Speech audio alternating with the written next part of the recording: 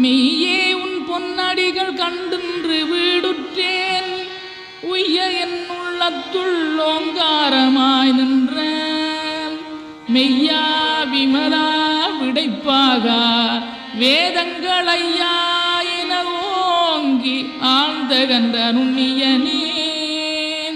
வெய்யாய் தனியாய் இயமான நாம் விமலாம்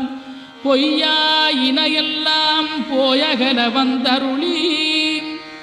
மெய்ஞானமாகி மிளிர்கின்ற மெய்யுடரே எஞ்ஞானமில்லாதேன் இன்பப் பெருமானே அஞ்ஞானம் தன்னை அகல்விக்கும் நல்லறிவே ஆக்கமழகிருதி இல்லாய்